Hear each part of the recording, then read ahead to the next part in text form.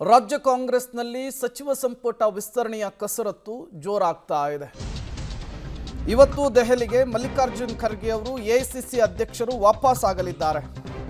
ಖರ್ಗೆಯನ್ನ ಭೇಟಿಯಾಗಿದ್ದಾರೆ CM DK Shivakumar ಅವರು, DCM Parameshwar ಅವರು. ಖರ್ಗೆ ಜೊತೆಗೆ ಸಿಎಂ ಬ್ರೇಕ್ಫಾಸ್ಟ್ ಮೀಟಿಂಗ್, ಸಂಪುಟ ವಿಸ್ತರಣೆಯ ಬಗ್ಗೆ ಮಲ್ಲಿಕಾರ್ಜುನ್ ಖರ್ಗೆ ಜೊತೆಗೆ ಸಿಎಂ ಚರ್ಚೆಯನ್ನು ನಡೆಸಿದ್ದಾರೆ.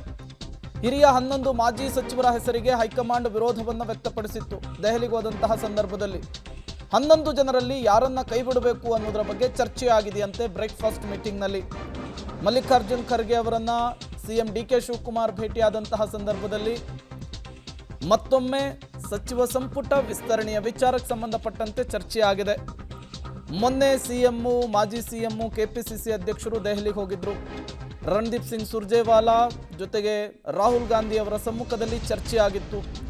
ತುರ್ತು ಕೆಲಸದ ನಿಮಿತ್ತ ತತ್ಕ್ಷಣಕ್ಕೆ ದೆಹಲಿಯಿಂದ ಬೆಂಗಳೂರಿಗೆ ಎಐಸಿಸಿ ಅಧ್ಯಕ್ಷರು ಬಂದಿದ್ರು. ಮಲ್ಲಿಕಾರ್ಜುನ್ ಖರ್ಗೆ ಅವರು ದೆಹಲಿಗೆ ಬರಲಿ, ಆಮೇಲೆ ಮಾತನಾಡೋಣ ಅನ್ನುವಂತಹ ಮಾತುಗಳನ್ನು ಕೂಡ ಹೇಳಿದ್ರು. 32 ಹೆಸರಿನಲ್ಲಿ ಯಾರಿಗೆ ಆದ್ಯತೆಯನ್ನು ಕೊಡಬೇಕು ಅನ್ನೋದರ ಬಗ್ಗೆಯೂ ಕೂಡ ಮಲ್ಲಿಕಾರ್ಜುನ್ ಖರ್ಗೆ ಅವರ ಜೊತೆಗೆ ಚರ್ಚೆಯನ್ನು ನಡೆಸಿದ್ದಾರೆ ಸಿಎಂ ಡಿಕೆ ಶಿವಕುಮಾರ್ ಅವರು ಅನ್ನೋದು ಗೊತ್ತಾಗ್ತಾ ಇದೆ. ದೆಹಲಿಗೆ ತೆರಳಿ ರಾಹುಲ್ ಗಾಂಧಿ ಜೊತೆಗೆ ಮತ್ತೆ ಚರ್ಚೆಯನ್ನ ಎಐಸಿಸಿ ಅಧ್ಯಕ್ಷರಾದಂತಹ ಮಲ್ಲಿಕಾರ್ಜುನ್ ಖರ್ಗೆ ಅವರು ನಡೆಸಲಿದ್ದಾರೆ. ಈ ಚರ್ಚೆಗೂ ಮೊದಲು ಮಾನ್ಯ ಮುಖ್ಯಮಂತ್ರಿಗಳು ಎಐಸಿಸಿ ಅಧ್ಯಕ್ಷರನ್ನ ಭೇಟಿ ಮಾಡಿದ್ದಾರೆ, ಬ್ರೇಕ್ಫಾಸ್ಟ್ ಮೀಟಿಂಗ್ ಮಾಡಿದ್ದಾರೆ. ಇದರಲ್ಲಿ ಮತ್ತೊಮ್ಮೆ ಸಚಿವ ಸಂಪುಟವನ್ನ ವಿಸ್ತರಣೆ ಮಾಡುವ ವಿಚಾರಕ್ಕೆ ಸಂಬಂಧಪಟ್ಟಂತೆ ಚರ್ಚೆಯನ್ನು ನಡೆಸಿದ್ದಾರೆ. ಹಾಗಾದರೆ ಸಿದ್ದು ಡಿಕೆ ಪಟ್ಟಿಯಲ್ಲಿದ್ದಂತಹ ಹಿರಿಯರು ಯಾರ್ಯಾರು, ವರಿಷ್ಠರು ಯಾರ್ಯಾರಿಗೆ ವಿರೋಧವನ್ನು ವ್ಯಕ್ತಪಡಿಸಿದ್ದಾರೆ? ಜಮೀರ್ ಅಹಮದ್ ಖಾನ್ ಚಾಮರಾಜಪೇಟೆ ವಿಧಾನಸಭಾ ಕ್ಷೇತ್ರದ ಶಾಸಕರು, ಸಿದ್ದರಾಮಯ್ಯನವರ ಕ್ಯಾಬಿನೆಟ್ನಲ್ಲಿ ಸಚಿವರಾಗಿ ಕೆಲಸವನ್ನು ನಿರ್ವಹಿಸಿದರು. ಎಸ್ ಮಲ್ಲಿಕಾರ್ಜುನ್ ಅವರು ದಾವಣಗೆರೆ ಉತ್ತರ ವಿಧಾನಸಭಾ ಕ್ಷೇತ್ರದ ಶಾಸಕರು, ಸಚಿವರಾಗಿ ಕೆಲಸವನ್ನು ನಿಭಾಯಿಸಿದ್ದಾರೆ. ಮತ್ತೊಮ್ಮೆ ಇವರ ಹೆಸರು ಕೂಡ ಲಿಸ್ಟ್ನಲ್ಲಿತ್ತಂತೆ. ಸಂತೋಷ್ ಲಾಡ್ ಕಲಘಟಗಿ ವಿಧಾನಸಭಾ ಕ್ಷೇತ್ರದ ಶಾಸಕರು, ಸಿದ್ದರಾಮಯ್ಯನವರ ಕ್ಯಾಬಿನೆಟ್ನಲ್ಲಿ ಸಚಿವರಾಗಿ ಕೆಲಸವನ್ನು ನಿರ್ವಹಿಸಿದರು. ಮತ್ತೊಮ್ಮೆ ಇವರ ಹೆಸರನ್ನು ಸಿದ್ದರಾಮಯ್ಯನವರು ಡಿಕೆ ಶಿವಕುಮಾರ್ ಅವರು ತೆಗೆದುಕೊಂಡು ಹೋಗಿದ್ರು. ಶಿವರಾಜ್ ತಂಗಡಗಿ ಕನಕಗಿರಿ ವಿಧಾನಸಭಾ ಕ್ಷೇತ್ರದ ಶಾಸಕರು, ಸಿದ್ದರಾಮಯ್ಯನವರ ಕ್ಯಾಬಿನೆಟ್ನಲ್ಲಿ ಈಗಾಗಲೇ ಸಚಿವರಾಗಿ ಕೆಲಸವನ್ನು ನಿರ್ವಹಿಸಿದ್ದಾರೆ. ಮತ್ತೆ ಪಟ್ಟಿಯಲ್ಲಿ ಹೆಸರಿದ್ದಕ್ಕೆ ರಾಹುಲ್ ಗಾಂಧಿ ಅವರು ಬೇಡ ಅನ್ನುವಂತಹ ಮಾತುಗಳನ್ನು ಆಡಿದ್ದಾರಂತೆ. ಲಕ್ಷ್ಮೀ ಹೆಬ್ಬಾಳ್ಕರ್ ಅವರು ಬೆಳಗಾವಿ ಗ್ರಾಮೀಣ ವಿಧಾನಸಭಾ ಕ್ಷೇತ್ರದ ಶಾಸಕರು, ಸಿದ್ದರಾಮಯ್ಯನವರ ಕ್ಯಾಬಿನೆಟ್ನಲ್ಲಿ ಏಕೈಕ ಮಹಿಳಾ ಸಚಿವರಾಗಿ ಕೆಲಸವನ್ನು ನಿರ್ವಹಿಸಿದರು. ಮತ್ತೆ ಪಟ್ಟಿಯಲ್ಲಿ ಇವರ ಹೆಸರಿತ್ತಂತೆ. ಮಂಕಾಳು ವೈದ್ಯ ಅವರು ಭಟ್ಕಳ ವಿಧಾನಸಭಾ ಕ್ಷೇತ್ರದ ಶಾಸಕರು, ಸಚಿವರಾಗಿ ಕೆಲಸವನ್ನು ನಿರ್ವಹಿಸಿದ್ದಾರೆ. ಮತ್ತೆ ಇವರನ್ನ ಕ್ಯಾಬಿನೆಟ್ಗೆ ಹಾಕೊಬೇಕು ಅಂತೇಳಿ ಸಿದ್ದರಾಮಯ್ಯನವರು ಡಿಕೆ ಶಿವಕುಮಾರ್ ಅವರು ನಿರ್ಧರಿಸಿದರು. ಬಟ್ ಅವೆಲ್ಲ ವಿಚಾರಕ್ಕೂ ಕೂಡ ಈಗ ಚರ್ಚೆ ಆಗಿದೆ. ಡೀಟೇಲ್ಸ್ ಅನ್ನು ಕೊಡೋದಕ್ಕೆ ಸುಖೇಶ್ ನೇರ ಸಂಪರ್ಕದಲ್ಲಿ ಜಾಯಿನ್ ಆಗಿದ್ದಾರೆ. ಸುಖೇಶ್, ಎಐಸಿಸಿ ಅಧ್ಯಕ್ಷರು ದೆಹಲಿಗೆ ಹೋಗುವ ಮೊದಲು, ರಾಹುಲ್ ಗಾಂಧಿ ಅವರನ್ನ ಭೇಟಿ ಮಾಡುವ ಮೊದಲು ಡಿಕೆ ಶಿವಕುಮಾರ್ ಅವರು ಮಾನ್ಯ ಮುಖ್ಯಮಂತ್ರಿಗಳು ಎಐಸಿಸಿ ಅಧ್ಯಕ್ಷರನ್ನ ಭೇಟಿ ಮಾಡಿ ಚರ್ಚೆ ನಡೆಸಿದ್ದಾರೆ. ಸಚಿವ ಸಂಪುಟ ವಿಸ್ತರಣೆಯ ವಿಚಾರಕ್ಕೆ ಚರ್ಚೆ ಆಗಿದೆ ಅನ್ನೋದು ಗೊತ್ತಾಗ್ತಾ ಇದೆ. ಏನೆಲ್ಲ ಆಯ್ತು ಬ್ರೇಕ್ಫಾಸ್ಟ್ ಮೀಟಿಂಗ್ ನಲ್ಲಿ ಇಬ್ಬರ ನಡುವೆ?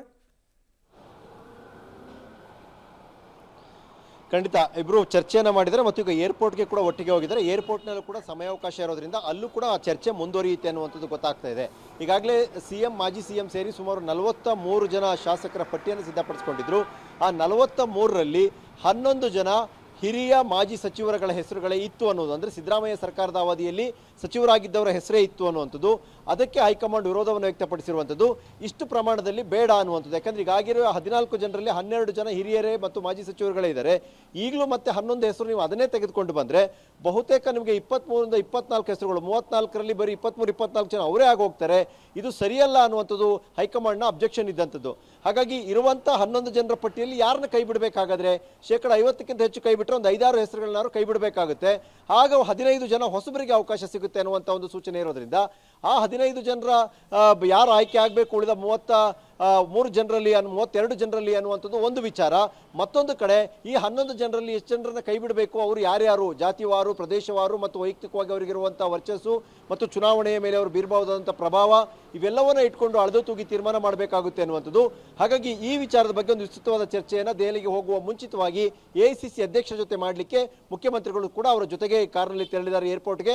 ಏರ್ಪೋರ್ಟ್ನ ಲಾಂಜ್ನಲ್ಲಿ ಇಬ್ಬರ ನಡುವೆ ನಡೆಯುವಂತಹ ಮಾತುಕತೆ ಸಾಕಷ್ಟು ಪ್ರಾಮುಖ್ಯತೆಯನ್ನು ಪಡೆದುಕೊಳ್ಳುತ್ತೆ.